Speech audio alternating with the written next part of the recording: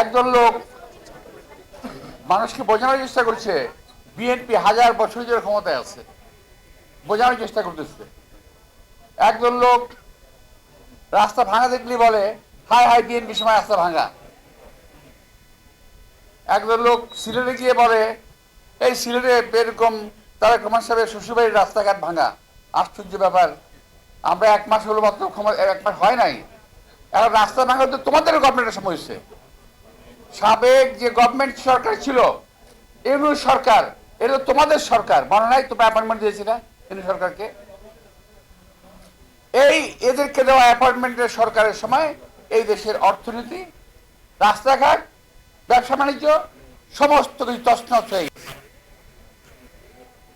আওয়ামী লীগের সময় যথেষ্ট ক্ষতি হয়েছে দেশের,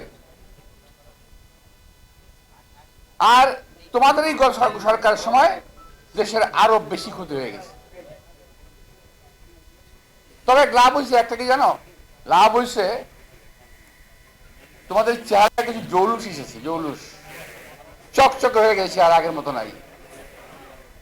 এক একজনের চেহারা চকচকে, গাড়ি, টাকা পয়সা, জৌলুস সব দিক থেকে এসে এইটা একটা লাভ হয়েছে বাংলাদেশের। যে বাংলাদেশে যারা চাকরির জন্য কোটা আন্দোলন করেছে, কোটা আন্দোলন সফল হলে একটা চাকরি পাইতো, যাদের আশা ছিল তারা মন্ত্রী হয়ে গেছে, তারা নেতা হয়ে গেছে, আর নেতা হয়েই এখন সরকার পাল্টানোর জন্য ব্যস্ত হয়ে গেছে। আরে ভাই, বিএনপি তো ক্ষমতা আগেও ছিল, এখনো আছে, থাকবে। তোমরা টোকা দিলেই বিএনপি চলে যাবে এটা ভাইবো না। দেশের মানুষের বেশিরভাগ মানুষের ভোটে বিএনপি জয়লাভ করে আজকে সরকারে আছে। বিএনপিকে সময় দিতে হবে।